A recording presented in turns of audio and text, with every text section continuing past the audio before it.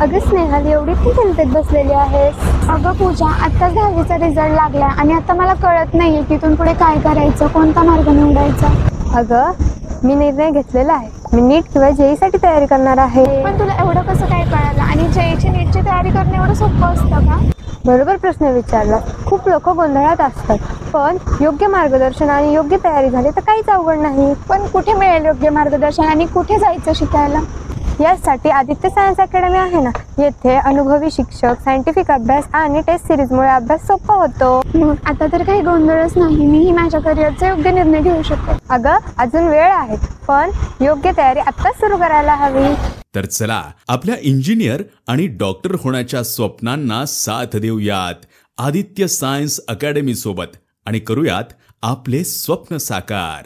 Aditya science academy Baramati. तुमचं यश हेच आमचं ध्येय.